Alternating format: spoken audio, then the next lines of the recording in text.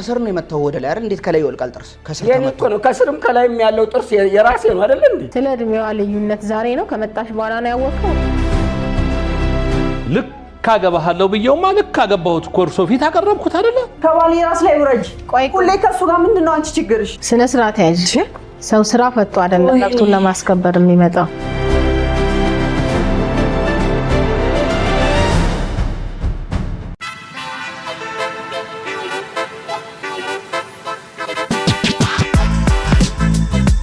ሰላም ውድ ተመልካቾቻችን እንደምን ሰነበታችሁ? ይህ ሳምንታዊ የሆነ የዳኛ ይታይ ፕሮግራም ነው። እንግዲህ በዚህ ፕሮግራም ላይ የምትከታተሉት የችሎት ውሎችን ነው። ወደ እናንተ ወደ ውድ ተመልካቾች አስተማሪና አዝናኝ የሆነውን የህግ ፕሮግራም አዘጋጅቼ ማቀርብላችሁ እኔ ይታይ ጣሴ ሲሆን በሙያዬም ዳኛ ነኝ። በዚህ አስተማሪ በሆነ ፕሮግራም ላይ ከሳሽ፣ ተከሳሽ፣ ምስክሮችን ወክለው የሚቀርቡት ተዋናዮች ናቸው። እንግዲህ ህግን አለማወቅ ከተጠያቂነት አያድንም የሚለውን የዳኛ ይታይ ፕሮግራም እየተከታተላችሁ የህግ እውቀታችሁን እንድታዳብሩ የሁል ጊዜ መልእክቴ ነው።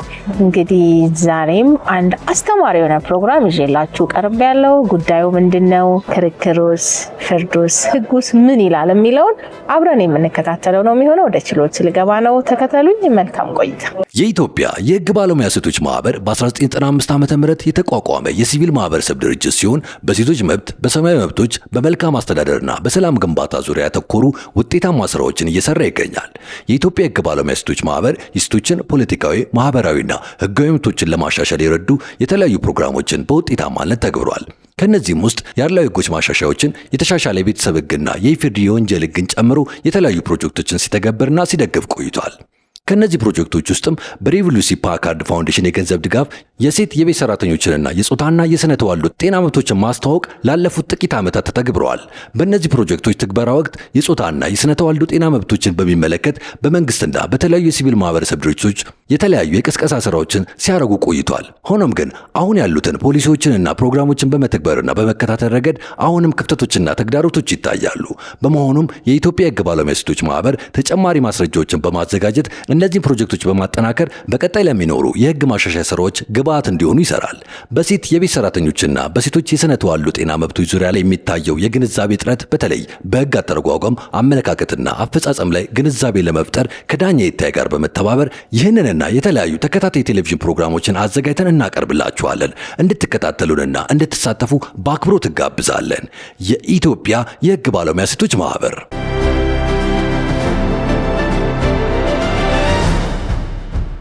እንደምን ዋላችሁ። ችሎት በዳኛ ይታይ የዕለቱን ስራ ጀምሯል። ከሳሽ ወይዘሮ እጅጋየሁ ሙላቱ። አቤት ቀርቤያለሁ። ተከሳሽ ሲስተር አያልነሽ ክበባው። አቤት ቀርቤያለሁ።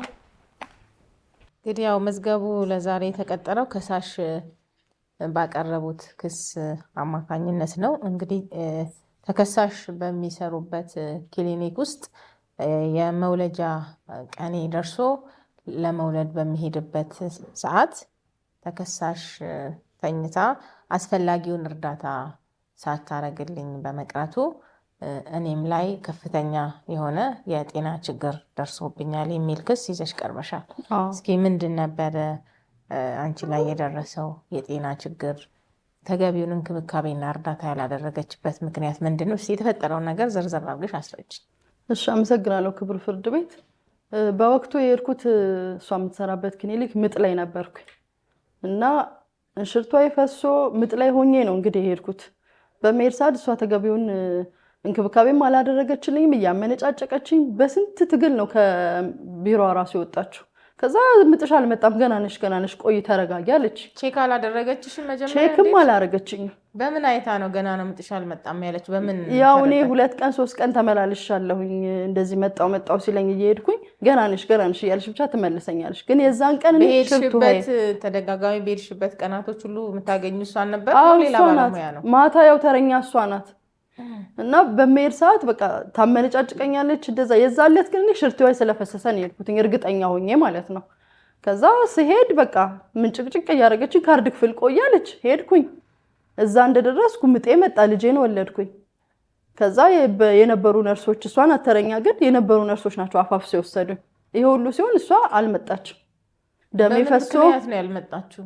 እኔ ምን አቅላታለሁ? ስራውን በአግባቡ ማሰራ እኔ ያመነጫጨቀችኝ ነበረ ማለት በቃ በጣም የሞራል ጫናን ያደረሰችብኝ።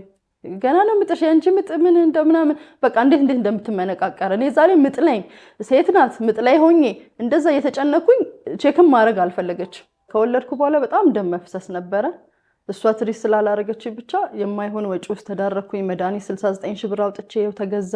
በዛ ላይ ያንቺ ምጥ ማታ ነው እንዴ ምናምን ያለች እያቃለለች በጣም ስሜቴን የሚጎዳ ነገር እየተናገረች ነበር። እኔ ምጥ ላይ ነኝ፣ ህመም አለ፣ በጣም ያመመኝ ነው። 3 ልጅ ወልጃለሁ። ስለዚህ ያንቺ ምጥ ማታ ነው የሚመጣው ምትልሽ። ከዚህ በፊት ልጆችሽን እሷ ናት ያዋለደች? ከዚህ በፊት እሷ ናት ያዋለደች። ግን ከቤቴ ስወጣ እንደው እቺ ነርስ ባልገጠመችኝ እያልኩኝ ነው የወጣሁት። እንዳጋጣሚ ሆኖ ተረኛ እሷ ናት እና በስንት መከራ ተቀስቅሳ ነው ከክፍሏ ራሱ የወጣችው።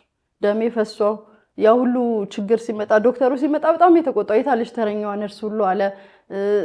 የሷ ቸልተኝነት ነው ይሄ ሁሉ ነገር ያደርገብኝ። ጤናዬ ላይ በጣም ትልቅ ችግር ተጋጥሞብኛል። ለምን ደም መፍሰስ ብዙ ጤናዬ ላይ እክል አምጥቷል። በዛ ላይ 69 ሺህ ብር አውጥቼ መድኃኒት ገዛው። ትልቅ በደል አድርሳብኛለች። እኔ ክቡር ፍርድ ቤት እሷ እንድትከሰስ የሚያደረኩት የካሳ ክፍያ ስለምፈልግ ነው።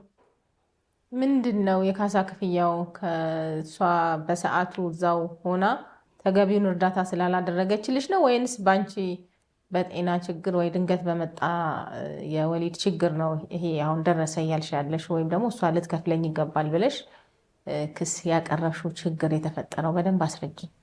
እሷ ተገቢውን እርዳታ አላደረገችልኝም። በዛ ሰዓት እሷ ተገቢውን እርዳታ ብታደርግልኝ ደም መፍሰሱም ላይኖር ይችላል፣ በሰላም ወልጄ ወደ ቤት ይገባ ነበር። ነገር ግን ተጠርታ ተቀስቅሳ በግድ መጣች። ቸልተኝነት ስለነበረባት ገብታ ተመልሳ ተኛች። እኔ የዛን ሰዓት ምጥ ላይ ነኝ፣ ደሜ እየፈሰሰ ነው። እያየችሽ ነው ይሄ ችግር ውስጥ እንደሆንሽ እያየች ነው። ገና ነው ብላሽ ገብታ የተኛችው? አዎ ገና ነው ብላኝ ነው ገብታ የተኛችው። በሷ ቸልተኝነት ምክንያት እኔ ደሜ ፈሶ ስንት በሽታ ነው የተሸከምኩት። የማይሆን ወጪ ላይ ዳርጋኛለች። ዶክተር መጥቶ ተናገረ። ማን ነው ነርስ የነበረችው ሁሉ አለ። እኔ ነገርኩትኝ እንደዚህ እኮ በሷ ስተት ነው እንደዚህ ሆኖ አለ። ለምን ያደረገችውን ስለሚያውቅ አንድ ነርስ ናት አይደል እንዴ? እኔም ብሆን ሴት ነኝ፣ እሷም ሴት ናት። እንደዚህ ማድረግ አልነበረባትም። እኔ ምጥ ላይ ነኝ፣ ህመም ላይ ነኝ። ያ ሁሉ ስቃይ እየተሰማኝ ከእንደገና እሷ ደግሞ ገና ነሽ እንዲህ ነሽ ትለኛለች። ሽርቶ የፈሶ ነው የሄድኩት እኔ ከዚህ በፊት 2 ልጆች በሰላም አላዋለድኩሽም። ያኔም ቢሆን እያመነጫጨቅሽ ጤነኛ ልጅ አልሰጠውሽም። ያኔም ቢሆን እየተመነጫጨቅሽ እንደዚህ ምንቅርቅር እያረግሽ ነው የወለድኩት። እና ጤነኛ ልጅ አልወለድሽም? ክቡር ፍርድ ቤት እኔ 2 ልጆችን አዋልዳኛለሽ። ግን ያኔም እንኳን እንደው ከሷ የሚሻሉ ነርሶች ስለነበሩ ጥሩ ነርሶች ስለነበሩ ነው ህይወቴን የታደጉት። ግን እኔ ለኛ አዋልዳጨቅሽ እኔ ለኛ አይደል እንደ ያዋለድኩሽ? ሁሌ እንደተመነጫጨቅኩኝ ነው። ጤነኛ ልጅ አልሰጠውሽም? ከቤት ስወጣ ራሱ ክቡር ፍርድ ቤት እቺ ነርስ ባልገጠመችኝ ያልኩኝ ነው የወጣሁት። ግን እንዳጋጣሚ ነው እሷ ናት። ካጠገቡ የነበሩት ነርሶች ባይሆኑ ህይወቴም ተርፎ ዛሬ እዚህ ጋር አልቆምም ነበር። አይ ከዚህ በፊት እኔ እስካዋለድኩሽ አሁንም ጤነኛ ልጅ ነው የሰጠውሽ። አሁን የልጁ የተወለደው ህፃን ልጅ ላይ አይደለም ችግር ተፈጥሯል እያልሽ ያለሽው አይደለ? በሷ ቸልተኝነት በእኔ ቸልተኝነት አይደለም። በእኔ ሲጀመር ምጥሽ ሳይመጣ ነው ቀኑ ሙሉ ክሊኒክ ውስጥ የምትዩ። እኔ እኮ ከዚህ በፊት ሐኪም ፈልጌ ነው ቀኑ ሙሉ ክሊኒክ ውስጥ መዋል ትፈልጊያለሽ? ታዲያ ምጤም እየመጣ እየተጫነኝ እንደዛ እየተሰቃየው አንቺን እንትን ማለት አለብኝ እንዴ? ዝም ብለሽ መዋል ትፈልጊያለሽ ክሊኒክ ውስጥ? እኛም እኮ ስራ ነው ያዝነው።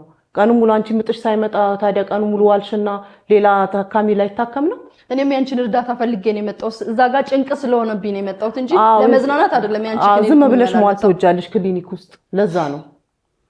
ቆይ ለኔ ነው ማስረዳት ያለባቸው። ምጧ ሳይመጣ ነው ወደ እናቴ የሕክምና ተቋም። ከዚህ በፊትም እንደዚሁ ምጧ ሳይመጣ ቀኑ ሙሉ ትውላለች። እኔም ታረጋለች እናት ጋር መጣ። እኔም እንደዛ እንደሌላ ጊዜው መስሎኝ ካርድ ክፍል እንድትቆይ አደረኳት። ምጧ ለመምጣቷን ያው የሕክምና ባለሙያ ነው አይደል? ማንም ሰው ወደ እናንተ ተቋም ሲመጣ መቼም የጤና እክልና ችግር ደርሶበት ነው የሚመጣው። ወሊድም ሆነ ከወሊድ ውጭ ያሉ የጤና አገልግሎቶችን ፈልጎ ነው ማንም ሰው የሚመጣው እና መጀመሪያ ሰዎች ምን ደረጃ ላይ ነው ያሉት፣ የጤናቸው ሁኔታስ እንዴት ነው፣ የትኛው የሕክምና ደረጃ ያስፈልጋቸዋል የሚለውን ነገር እናንተ እንደ ባለሙያ አይታችሁ ይሄኛው እዚህ ደረጃ ነውና ይሄ ነው የምትሉትን የምክር አገልግሎት አትሰጡም? አልሰጣችሁም? የእሷንስ በወቅቱ ምጤ መጥቶ ነው ልወልድን የመጣሁት እያለች ነው እና ደረጃ አለው አይደለም? ስለዚህ አልቻላችሁም። ከዚህ በፊት እንደተናገርኩት ክቡር ዳኛ ምጧ ሳይመጣ ቀኑ ሙሉ ዝም ብላ ክሊኒክ ውስጥ ወደዚህ ወደዛ ትላለች ምጧ ሳይመጣ እና እኛ ደግሞ ሌላ ብዙ የስራ ጫና አለብን። በጣም ቢዚ ነን። እሷን ምጧ ሳይመጣ እንትን ማለት አንችልም። ያኔም እንደሌላ ጊዜው መስሎኝ ካርድ ክፍል እንድትቆይ አደረኳት። ቼክ አላረግሻትም? ዝም ብለሽ ካርድ ክፍል ቆይ ብለሽ የተወሰነ ይቻታለሁ። ገና አልመጣም ነበር ምጧ። አልመጣም ነበር ምጧ። እኔ ሌላ ምንም ምክንያት ሊኖረኝ አይችልም። ምንም እንደዛ ውሻ እያደረግሽኝ አሁን ደግሞ ውሸት ተዋሻለሽ። የተፈጠረው ነገር ይሄ ነው። ክቡር ፍርድ ቤት በአንቺ ቸልተኝነት የሕክምና እርዳታ ሳታረጊላት በመቅረቷ የህይወቷ ላይ አደጋ ደርሷል እና ለዛም ደግሞ የሕክምና ተጨማሪ አውጥቼ ህይወቴ ሊታደግ ችሏል። በሷ ቸልተኝነት ስለሆነ ያወጣሁትንም ወጪ ልትከፍለኝ ይገባል ነው እንግዲህ ክሱና። ምን ትያለሽ እዚህ ላይ? እስቲ እኮ ጤነኛ ልጅ እኮ ታቀፈሻል አይደል እንዴ? በሰላም እኮ አዋልደንሻል። አሁን ህፃኑ ላይ አይደለም በህክምናው በወሊዱ መሀል የተፈጠረው የጤና ችግር በአንቺ ቸልተኝነት ነው አይደለም የሚለው ነገር አብራርተሽ አስረጅ። በእኔ ቸልተኝነት አይደለም። ከዚህ በፊትም እንደተናገርኩት ክቡር ፍርድ ቤት እንደዚሁ ምጧ ሳይመጣ ወደዚህ ወደዛ ትላለች ክሊኒክ ውስጥ እና እንደሌላ ጊዜው መስሎኝ እኔም አየኋትና ቼክ አደረኳት። ካርድ ክፍል እንድትቆይ አደረኳት። የተፈጠረው ነገር ይሄ ነው። ከዛስ ምን ሆነ? ከዛ በኋላ የተፈጠረው ነገር ያው ገባች፣ በሰላም ወልዳ ተገላገለች። ጤናዋ ላይስ የደም መፍሰስ ችግር ገጥሞኛል፣ ቶሎ የህክምና እርዳታ ባለማግኘት ምክንያት እያለች ነው ያለችው። እሱንስ ምን አይነት እርዳታ አደረግሽላት? ከአንቺ አቅም በላይ ነው ወይስ ምንድን ነው? እሱንም አስረጅ። የተከበረው ፍርድ ቤት እንደዚህ ባለ መልኩ ይፈጠራል ብዬም አላሰብኩም ነበረ። አስሬም ቼክ እየተነሳሁኝ ከእንቅልፌ እየተነሳሁኝ ቼክ ሳደርጋት ነበረ። በዛ በኋላ የተሆነ ሰዓት ላይ ሳያት ደሟ በጣም ፈሶ ፌንት አድርጋ አገኘኋት። በዛ ለበላዮቼ ለዶክተር አሳወቅኩኝ። የተፈጠረው ነገር ይሄ ነው እና በወቅቱ በጣም ስራ በዝቶብኝ ነበረ። ተረኛ የቀን የምትገባዋ አልገባችልኝም ነበረ። የእሷንም ሸፍኜ ነበረ ስሰራ የነበረው። ስራ በጣም ይበዛል። ክቡር ፍርድ ቤት አሁን ለሁለተኛ ጊዜ ነው እየተቀጣ ያለሁት። ተቀጠሻል? ከዚህ በፊት የአንድ ወር ደሞዜን ተቀጥቻለሁኝ። ከሳኝ አንድ ወር ደሞዜን ተቀጥቻለሁ። አሁን እንደገና ለሁለተኛ ጊዜ መከሰስ ምን ማለት ነው? የት ነው የከሰሰችሽ? ከዚህ በፊት ተከስሼ ነበረ። የአንድ ወር ደሞዜን የት ፍርድ ቤት ነው? አይ አይደለም፣ ፍርድ ቤት አይደለም። በምሰራበት የጤና ተቋም ተቀጥቻለሁኝ የአንድ ወር ደሞዜን። በሷው ከሳሽ ጥፋተኛ ነች ተብለሽ በቸልተኝነት ተብለሽ ነው የተከሰሽው? በሷ ጉዳይ ላይ ነው። ድርጅቱ የአንድ ወር ደሞዜን ቀጥቶኛል፣ ማስጠንቀቂያም ሰጥቶኛል። አሁን እንደገና ለሁለተኛ ጊዜ መከሰስ ማለት እኔ አልገባኝም ክቡር ዳኛ። እና በሰው ህይወት እየቀለድሽ እኮ ነው አንቺ። የአንድ ወር ደሞዝሽን ነው አንቺ አይደለ? እኔ ግን ከአንቺ ከአንድ ወር ደሞዝ በላይ ነው የከፈልኩት። ምን ሆንሽ? በጤና ቆመሽል እንዴ? ምንም እኮ የሆንሽው ነገር የለም። ልጅሽም ጤነኛ ነው። ከዚህ በላይ ሁለተኛ ጊዜ መፍረድ ብቻ አይበቃም። ለምን የአንድ ወር ደሞዝ ብቻ ተቀጣ? ነገ መማሪያ ህግ ማወቅ አለባት። ማስጠንቀቂያም እኮ ተሰጥቶኛል። እሱ ብቻ በቂ አይደለም። እና ይኸው ድርጅቱ ራሱ እኮ አምኖ ከሷታል። እኔ ስንት ለብር ወጪ ማለት ማውጣት የለብኝም ብር ነው ያወጣሁት ባንቺ ምክንያት፣ በቸልተኝነት ተቀጣውኝ እኮ። አሁን ሁለተኛ ጊዜ እኔን መቅጣት ማለት ምን ማለት ነው? ሐኪሙ ራሱ እኮ ስላመነብሽ ነው አይደለ እንደ የተቀጠረሽ ድርጅት የከሰሰሽ እኮ ስላመነሽ ስላጠፋሽ ነው። እኔ አንሶላ እንኳን ልትቀይርልኝ ደም በደም ሆኜ ሳሙና የምታቀርቢ መሰለሽ እንደ አንሶላውን ነገ ተወጭበታለሽ እዛው ሁኚ ብላኝ ጠዋት ሊገቡ ዶክተሮቹ እኔ በደንብ ተጨማልቄ ነው የመጡት። ልቀይርልሽ ስለ አልፈልግም አላልሽኝ? መጀመሪያ በሰዓቱ አልቀየርሽልኝማ። የዛን ሰዓትማ ዶክተሮቹ እንዲያዩ ፈልጌ ነው። አዩ እሷም የምትቀጣውን ቅጣት ተቀጣሽ። ግን ያ በቂ አይደለም። እኔ በሽታ ላይ ነው የጣለችኝ። በዛ ላይ ደግሞ እነሱም ይሄው ጥፋቷን አምነዋል። ለዚህ ነው እዚህ ድረስ የሚዣት የመጣሁት። ለምን እኔ የካሳ ክፍያ ያስፈልገኛል። በሽታ ላይ ጥላኛለች። ደሜ እንደዛ ፈሶ በእሷ ቸልተኝነት ምክንያት ነው። እሷ በአግባቡ ስራውን ብትወጣ እኔም ደሜ አይፈስም፣ ልጄንም በጤና አቅፌ እሄድ ነበር። እዚህ ጋር የቆምኩት እኮ ያ ዶክተር ስለመጣልኝ ነው እንጂ በህይወትም አልቆምም ነበር በእሷ ጥፋት። ሌላ የህክምና ባለሙያዎች አልነበሩም በሰዓቱ? ነርሶች ናቸው ያሉት። ያው መልካም ነርሶችም አሉ፣ እንደሷ ደግሞ ቸልተኞችም ደግሞ አሉ ጓደኞቿ። እኔ ምጥ ላይ ነኝ፣ መታ ቼክ እንኳን አላረገችኝ። ተኝታ ለጥ ብላ እያንኳኳ ኧረ በእናትሽ ትለኛለች። አመልሽ እኮ ነው አንቺ ምጥሽ ሳይመጣ ቀኑ ሙሉ ክሊኒክ ውስጥ አይደል? እኔ ምጤን መምጣቱን እኔ ነኝ የማውቀው። እኔ እኮ ከአንዴም ሁለቴም ወልጃለሁ። ከዚህ በፊት እኮ ከአንዴም ሁለቴ እኮ አዋልጄሻለሁ። ጤነኛ ልጅ ሲጀመር ምጤ ሲመጣ ነው የመጣው። ሽርቷ ይፈሶ ነው የመጣሁት።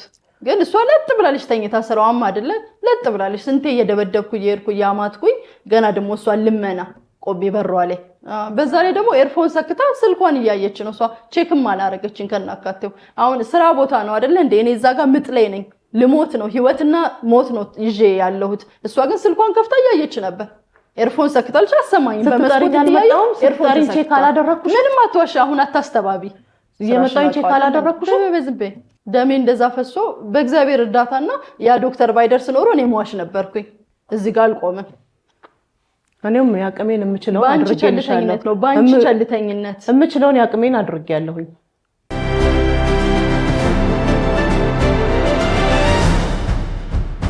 ያው እንግዲህ ቢሆንም የሙያ ግዴታዎትን በአግባቡ መወጣት አለቦታል እንዴ። በወሊድ ምክንያት የአንዲትም እናት ደም እንዳይፈስ ህይወቷም እንዳያል እያልን እናወራ የለ እንዴ? አይባልም? ስለዚህ ትልቅ ኃላፊነትና ግዴታ እኮ ነው። በእጅሽ የሰው ህይወት ቢያልፍስ የተሰጠን ኃላፊነት ግዴታው ይሄ ነው የሚባል እኮ አይደለም አይደል እንዴ? ስለዚህ በምጥ ላይ ያለች ሴት እናትን የሙያ ግዴታችንን በመወጣት ከዛም በላይ ሆነን ቀርበን ነው ትሪቲ ያደረግን በሙያው በጥበቡ በፍቅሩ ይዘን ነው አይደል እንዴ? ከፈጣሪ ጋር መልካም ነገር እንዲሆን ነው እኮ ማድረግ ያለብን አይደለም? ልክ ነው ከጉዳይ። ስለዚህ ወደ እናንተ ተቋም ስንመጣ እኮ ከፈጣሪ ጋር እናንተን አምነን ነው የምንመጣው። ስለዚህ አስፈላጊውን ፍቅርና እንክብካቤ ሙያው የሚሰጠንን የሚጥልብንን ግዴታና ኃላፊነት በአግባቡ ልንወጣ ይገባል። አንዲት እናት ልትወልድ እየገባች ምን ማለት ነው ገና ነው ምጥሽ አልመጣም ልማዷ ነው ሁሌ ቶሎ ቶሎ ነው የምትመጣው ብሎ አለማየት ምን ማለት ነው? በየደቂቃው በየሰከንዱ ልትመጣ ትችላለች። ምጥ በራሱ አስጨናቂ ነገር ነው አይደል? ህመም አይደለም? በዛ ሰዓት እናንተ ተደርታችሁ ሰውን ካረዳችሁ ታዲያ እዛ ጋር መሆናችሁ ምን ጥቅም አለው? ተገቢውን እርዳታ ስላላደረገችልኝ እኮ ነው የሁሉ ችግር ውስጥ የወደኩትኝ። በዛ ላይ ስልኳን ከፍታ ቲክቶክ ምን እያየች ነበር? ኤርፎን ሰክታ ያደረሰችብኝ የስነልቦና ጫና እኔ መልሼ ሞልድ ራሱ አይመስለኝም። እኔ ክብር ፍርድ ቤት ክስም ድረስ የመጣሁትኝ እንደሷ ቸልተኞች ያሉ ነርሶች እንዲማሩበት ነው። በሷ ልክ ደግሞ ጥሩ ደግሞ መልካም የሚሰሩት ደግሞ አሉ። የእነሱን ክብር ለመንካት አይደለም፣ ነገር ግን እንደሷ ቸልተኞች ደግሞ መማር መቀጣጫ እንድትሆን ነው እዚህ ድረስ ክብር ፍርድ ቤት ይዣት የመጣሁትኝ። የከሰስኩትም ለዚህ ነው፣ መማሪያ እንድትሆን ነው። የመውለድ አምሮቴን እኮ ነው የቀማችኝ። ዳግም እንደዚህ አይነት ነገር እንዳላስብ ነው ያደረገች። እሷ እንደዛ ቸልተኛ በመሆኗ ምክንያት ባለቤቴ ራሱ ሊማታ ካልገደልኳት እያለ ነበር። በስንት ሰው ነው ተይዞ የተገላገለው? ማለት እሱንም ሌላ ችግር ውስጥ ልትከትብኝ ነበር። በጣም በጣም ቸልተኛ ናት፣ በጣም ሲበዛ። ሲጀመር የስራ ቦታ ምን ያደርጋል ስልክ? እዛ ጋር ልታክመኝ እኔ ልታክም ነው አይደል የተቀመጠችው? ስልኳን መጎርጎር ምን ያደርግላታል? እኔን እርዳታ መስጠት ነው ያለባት እንጂ ስልኳን መጎርጎር የለባትም። ሕክምና ላይ እኔ የእሷን እርዳታ ፈልጌ ነው የሄድኩት። እዛ ጋር ለመጫወት ወይም ለመሳቅ አይደለም፣ እርዳታ ፈልጌ ነው። ምጣለ እየተጨነኩኝ ሄጄ ሴት ናት ምንም ብትሆን፣ ወንድ ራሱ እንደዛ አያደርግም። ወንድ ራሱ እንደዛ አያደርግም። አልጎረጎርኩም። በጠራሽኝ ቁጥር እየመጣሁኝ ቼክ እያደረኩሽ ነበር። እኔ ነበርኩኝ እዛ ክፍል ተቀምጬ ቼክ እያደረኩሽ ነበር በጠራሽኝ ቁጥር። ህክምና አገልግሎት ስትሰጡ ያው የረፍት ሰዓት ይኖራል አይደለ? ያው አዳሪም ሲኮን ህክምና አገልግሎት የሚፈልጉ ሰዎች ሲመጡ መቼም አተኙ አይደለም፣ ረፍት ያስፈልጋል። ታካሚ በመጣ ቁጥር ብድግ ብለን ንቁ ሆነን በደንብ ተነቃቅተን ነው ስራውን መስራት ያለብን። በእንቅልፍ ልብ ውስጥ ሆነን እንደዚህ አይነት ነገሮችን በቸልተኝነት የምናደርግ ከሆነ የሰው ህይወት ላይ ነው እየፈረድን ያለን። ምክንያቱም የትንሽ ደቂቃ ስህተቶች የሰው ህይወትና አካል ላይ ጉዳት ያደርሳሉ አይደል? የህክምና ስህተት በጣም ትልቅ የሚባል ስህተት ነው እና በሙያው ላይ ካለን ሙያው የሚሰጠንን ኃላፊነትና ግዴታ በንቃት ተቀብለን ነው ሰዎችን ማስተናገድ ያለብን። እንግዲህ ካለች አገልግሎት ፈልጋ ከመጣች አጠገቧ እኮ ነው መሆን ያለብሽ አይደለም? ማለት አንቺ ክፍልሽ እየሄድሽ እየተኛሽ እየመጣሽ ቆይ ገና ነው እንደዚህ የምትይ ከሆነ የሙያ ኃላፊነትሽን በአግባቡ እየተወጣሽ ነው ማለት አይደለም። በደንብ እንግዲህ ተቀጥቻለሁም እያልሽ ነው። መቼም የቀጠረሽ ተቋም የቀጣሽ ዝም ብሎ አይደለም። ቸልተኝነትሽን ጥፋትሽን አይቶ ነው አይደለም የቀጣሽ። ስለዚህ ታምኗል ማለት ነው ያንቺ ቸልተኝነትና ጥፋት። ተቀጥቻለሁ። ለሁለተኛ ጊዜ ለምን እቀጣለሁ ነው ክቡር ዳኛ? የአስተዳደራዊ ቅጣት ነው የተቀጣሽው። ይሄ ደግሞ በፍርድ ቤት ላወጣሁት በሷ ቸልተኝነት ምክንያት ላወጣሁት የሕክምና ወጪ ልትከፍለኝ ይገባል የሚል ክስ ነው እዚህ ጋር የመጣው። ያ ደግሞ ተቋምሽ በስራሽ ላይ ችላ በማለት ተገቢውን ትጋት ባለማድረግ የሰው ሕይወት ላይ አደጋ ደርሰዋል የሚለውን እንግዲህ ቢያጣራ ነው። ዝም ብሎ ቅጣት አይቀጣሽም አይደለም። ቸልተኝነትሽ ታምኖበት ነው። እንዳለችውም እኮ ነው እንደ ፈጣሪ ፍቃድ ሕይወቷ ተረፈ እንጂ ላይተርፍም ይችላል። ይህም ደግሞ የከፋ አደጋና ቅጣት ነው አንቺ ላይ ሊኖር የሚችለው እና በተሰማራንበት የሙያ መስክ ላይ በተለይ እንደዚህ እንደ ሕክምና ባሉ በጣም በጥንቃቄ ሊሰሩ የሚገቡ ሙያዎች ላይ በጣም በጥንቃቄና በትጋት ነው ልንሰራ የሚገባው። ያው እነሱ የሰው ህይወት እኮ ምንም እንደዚህ አይነት እንደሷ ግድ የለሾች ምንም ብሞትም ያው ጠቅልላ ትጥላለች። ምን ችግር አለባት እሷ? ያው በሷ ቸልተኝነት ነው ይሄ ሁሉ የመጣብኝ። ዶክተሩ ባይመጣ ኖሮ እኔም እዚህ ጋር አልቆምም ነበረ። አሁን የካሳ የሞራሌን የካሳዬን እንድትከፍለኝ እፈልጋለሁ ክቡር ፍርድ ቤት። እኔ ምንም የሞራል ካሳ ምንም የምከፍለው ነገር የለም። ሁለተኛ ጊዜ ልቀጣ አይገባም ክቡር ዳኛ።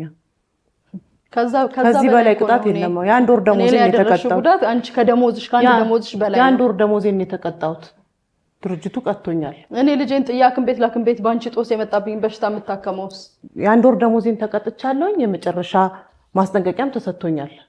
ከዚህ በላይ ቅጣት ምን ይኖራል ክቡር ዳኛ?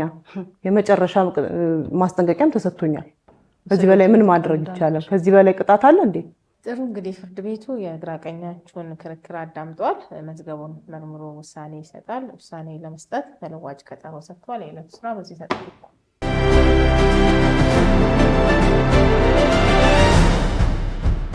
የኢትዮጵያ የሕግ ባለሙያ ሴቶች ማህበር በ1995 ዓ.ም የተቋቋመ የሲቪል ማህበረሰብ ድርጅት ሲሆን በሴቶች መብት፣ በሰማያዊ መብቶች፣ በመልካም አስተዳደርና በሰላም ግንባታ ዙሪያ ያተኮሩ ውጤታማ ስራዎችን እየሰራ ይገኛል። የኢትዮጵያ የሕግ ባለሙያ ሴቶች ማህበር የሴቶችን ፖለቲካዊ፣ ማህበራዊና ሕጋዊ መብቶችን ለማሻሻል የረዱ የተለያዩ ፕሮግራሞችን በውጤታማነት ተግብሯል። ከነዚህም ውስጥ የአድሏዊ ሕጎች ማሻሻያዎችን፣ የተሻሻለ የቤተሰብ ሕግና የኢፍርድ የወንጀል ሕግን ጨምሮ የተለያዩ ፕሮጀክቶችን ሲተገብርና ሲደግፍ ቆይቷል። ከነዚህ ፕሮጀክቶች ውስጥም በሬቮሉሲ ፓካርድ ፋውንዴሽን የገንዘብ ድጋፍ የሴት የቤት ሰራተኞችንና የጾታና የስነ ተዋልዶ ጤና መብቶችን ማስተዋወቅ ላለፉት ጥቂት ዓመታት ተተግብረዋል። በእነዚህ ፕሮጀክቶች ትግበራ ወቅት የጾታና የስነ ተዋልዶ ጤና መብቶችን በሚመለከት በመንግስትና በተለያዩ የሲቪል ማህበረሰብ ድርጅቶች የተለያዩ የቅስቀሳ ስራዎችን ሲያደርጉ ቆይቷል። ሆኖም ግን አሁን ያሉትን ፖሊሲዎችንና ፕሮግራሞችን በመተግበርና በመከታተል ረገድ አሁንም ክፍተቶችና ተግዳሮቶች ይታያሉ። በመሆኑም የኢትዮጵያ የሕግ ባለሙያ ሴቶች ማህበር ተጨማሪ ማስረጃዎችን በማዘጋጀት እነዚህን ፕሮጀክቶች በማጠናከር በቀጣይ ለሚኖሩ የሕግ ማሻሻያ ስራዎች ግብዓት እንዲሆኑ ይሰራል። በሴት የቤት ሰራተኞችና በሴቶች የስነ ተዋልዶ ጤና መብቶች ዙሪያ ላይ የሚታየው የግንዛቤ እጥረት በተለይ በሕግ አተረጓጓም፣ አመለካከትና አፈጻጸም ላይ ግንዛቤ ለመፍጠር ከዳኛ ይታይ ጋር በመተባበር ይህንንና የተለያዩ ተከታታይ ቴሌቪዥን ፕሮግራሞችን አዘጋጅተን እናቀርብላችኋለን። እንድትከታተሉንና እንድትሳተፉ በአክብሮት እንጋብዛለን። የኢትዮጵያ የሕግ ባለሙያ ሴቶች ማህበር።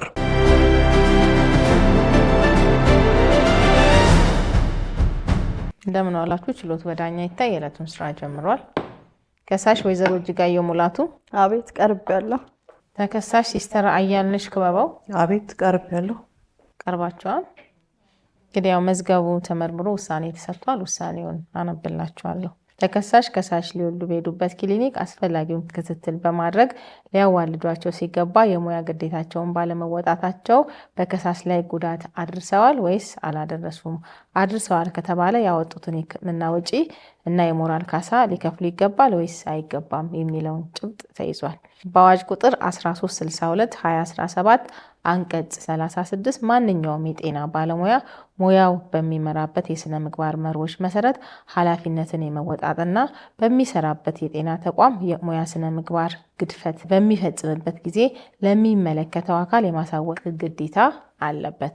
በጤና ባለሙያዎች ደንብ ቁጥር 120/2014 የጤና ባለሙያዎች የሕክምና ስነ ምግባር ተላብሰው ታካሚዎችን የማገልገል ግዴታ እንዳለባቸውም ይደነግጋል። ተከሳሽ ከስነ ምግባር ግዴታቸው ውጪ በመውጣት በከሳሽ ላይ ላደረሱት ጉዳት በፍትሐብሔር ሕግ ቁጥር 20/28 ማንም ሰው ከራሱ ጥፋት የተነሳ ለሌላ ሰው ላይ ጉዳት ካደረሰ ላደረሰው ጉዳት ኪሳራ መክፈል እንዳለበት ይደነግጋል። ስለሆነም ተከሳሽ የሙያ ግዴታቸውን በአግባቡ መወጣት ሲገባቸው ከሳሽን ለተጨማሪ ወጪ የዳረጉበትን 19,000 ብር እንዲሁም የሞራል ካሳ 5,000 ብር ሊከፍሉ ይገባል በማለት ውሳኔ ተሰጥቷል። ወጪና ኪሳራን በተመለከተ ተከሳሽ ለከሳሽ 5,000 ብር ይክፈሉ ተብሏል። ይግባኝ መብት ነው። መዝገቡ ተዘግቷል። ወደ መዝገብ ቤት ይመለስ። የዕለቱ ስራ በዚህ ተጠናቋል። ክቡር ፍርድ ቤት ስለተሰጠኝ ፍርድ በመጀመሪያ በጣም አመሰግናለሁ። ያው እኔ እሷን እዚህ ፍርድ ቤት ሳቆማት ከስራ እንድትባረር ወይም ደግሞ ቅጣቱን ፈልጌው ሳይሆን እንደሱ አይነት ግዴለሽ ቸልተኛ የሆኑ ሰዎች እንዲማሩበት ጭምር ነው። ለምን እሷ ይሄንን ነገር በቸልተኝነቷ ባታደርግ እኔም ለዚህ በሽታ አልዳረግም ነበር። ስለዚህ ሌሎች ደግሞ እንደሷ አይተው እንዲማሩበት መቀጣጫ እንዲሆን ነው እዚህ ጋር የመጣሁት። ሁሉንም መውቀስ አልችልም። በጣም እኔን እንደረዳኝ አይነት ዶክተር ደግሞ ጥሩ ዶክተሮች አሉ። በጣም ሰዓታቸውን ሰጥተው ሰውን ለማዳን በጣም የሚተጉ ዶክተሮች አሉ። በዚህ አጋጣሚ እነሱን በጣም አመሰግናለሁ። ይሄ ግን ማስተማሪያ እንዲሆን ነው። ማንኛውም ስራውን የሚሰራ ሰው በስራ ገበታው ላይ ሲኖር የተሰጠውን ግዴታ ሊወጣ ይገባል። በተለይ ደግሞ ሕክምና ላይ ሲሆን በጣም ስህተት መሰራት የሌለበት ቦታ ስለሆነ የተፈለገውን ተገቢውን ጥንቃቄ አድርገው እንዲሰሩ ለማስተማር ጭምር ነው እዚህ ጋር እሷን እዚህ ያመጣዋት እንጂ እሷ እንድትቀጣ ወይም ሌላ ነገር ክፋት አስቤ አይደለም። ሰዓታቸውን ሰጥተው የሚሰሩ ሐኪሞች ደግሞ በጣም ጥሩ ሐኪሞች አሉ። ሁሉንም መውቀስ አልችልም። በጣም አመሰግናለሁ እነሱንም። እንደዚህ አይነቶቹ ቸልተኞች ደግሞ እንዲቀጡበት እንዲማሩበት ስል ነው ይህንን ያደረኩት። ስለተሰጠኝ ፍርድ ከልብ አመሰግናለሁ። በመጀመሪያ ፍርድ ቤቱ የሰጠኝን ውሳኔ ተቀብያለሁኝ። በመቀጠልም እኔ ሆን ብዬ አይደለም እሷን እንድትጎዳ ወይም እሷን ለመጉዳት አስቤ አይደለም። ያለኝ የስራ ጫና በጣም የተደራረበ ነበረ። የጓደኛዬንም ሽፍት ደርቤ ነበረ ሰራ የነበረው። በአጋጣሚ ሆኖ ይሄ ነገር ተፈጠረ። ሆነ ብዬም አይደለም ይሄ ነገር የተፈጠረው። አንድ አፍታ እንቅልፍ ስለጥሎኝ ነው ይሄ ነገር ሊፈጠር የቻለው እና በዚህ ሙያ ላይ ያለን ሰዎች የሰው ሕይወት ነው እጃችን ላይ ያለው። የፈለገ ነገር ቢሆን ተክተን በጥንቃቄ ነው መስራት ያለብን። ከዛሬው ችሎት የተማርኩት ይሄንን ነው። ለሌሎችም በእኔ ሙያ ላይ የሚሆን በሌላም ላይ ላሉ ማስተማሪያ ይሆናል። እኔ መማሪያ ሆናለሁ። እንግዲህ ውድ ተመልካቾቻችን ችሎቱ እንደተመለከታችሁ ነው። አንድ ትልቅ ኃላፊነት ተሰጥቶን ከሰው ሕይወት ጋር በጥብቅ የተያዘና በተመደበበት ስራ ብቁ ነው ተብሎ እስከ ተመደበ ድረስ ከስራው የሚጠብቀውን ግዴታ መፈጸም ግድ አለበት። በህይወትና በጤንነት ላይ አደጋ እንዲያስከትል ተገቢውን እርዳታና ጥንቃቄ ማድረግ ይጠበቅብናል። የሕክምና ባለሙያ በቸልተኝነት ሙያው ከሚጠብቀው ውጪ በሚያደርጓቸው እንቅስቃሴዎች ትልቁን የሕክምና ስራን መልካም ስም የሚያበላሽ ከመሆኑም ሌላ በሰው ህይወት ላይ የሚያደርሰውን የጤንነት አደጋ በህግ ተጠያቂነትን እንደሚያስከትል አውቀን ለወሊድም ሆነ ለሌሎች የሕክምና የሚመጡ ሰዎችን በእውቀት በጥበብና በትዕግስት የሕክምና ስራን በኃላፊነት መወጣት ይገባል የሚለው የዕለቱ መልእክቴ ነው። ውድ ተመልካቾች እንዲቀርብላችሁ የምትፈልጉት የህግ መልእክት ካለ እንደተለመደው በኮሜንት አሳውቁኝ። ይህንን ፕሮግራም ወደ እናንተ እንድናቀርብ ድጋፍ ያደረጉልን የኢትዮጵያ የህግ ባለሙያ ሴቶች ማህበር ናቸው። ለድጋፉ እጅግ አድርገን እናመሰግናለን። ሳምንት እስከምንገናኝ መልካም ሳምንት።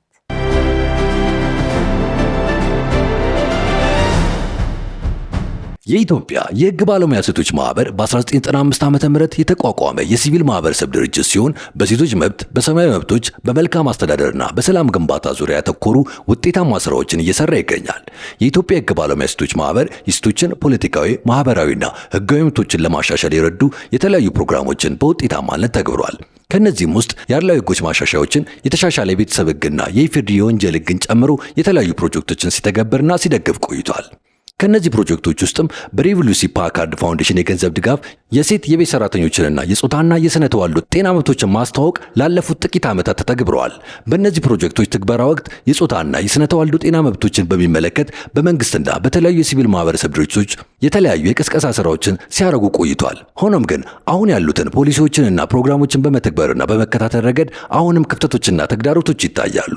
በመሆኑም የኢትዮጵያ የህግ ባለሙያ ሴቶች ማህበር ተጨማሪ ማስረጃዎችን በማዘጋጀት እነዚህን ፕሮጀክቶች በማጠናከር በቀጣይ ለሚኖሩ የህግ ማሻሻያ ስራዎች ግብዓት እንዲሆኑ ይሰራል። በሴት የቤት ሰራተኞችና በሴቶች የስነ ተዋልዶ ጤና መብቶች ዙሪያ ላይ የሚታየው የግንዛቤ እጥረት በተለይ በህግ አተረጓጓም አመለካከትና አፈጻጸም ላይ ግንዛቤ ለመፍጠር ከዳኛ ይታይ ጋር በመተባበር ይህንንና የተለያዩ ተከታታይ ቴሌቪዥን ፕሮግራሞችን አዘጋጅተን እናቀርብላችኋለን። እንድትከታተሉንና እንድትሳተፉ በአክብሮት እንጋብዛለን። የኢትዮጵያ የህግ ባለሙያ ሴቶች ማህበር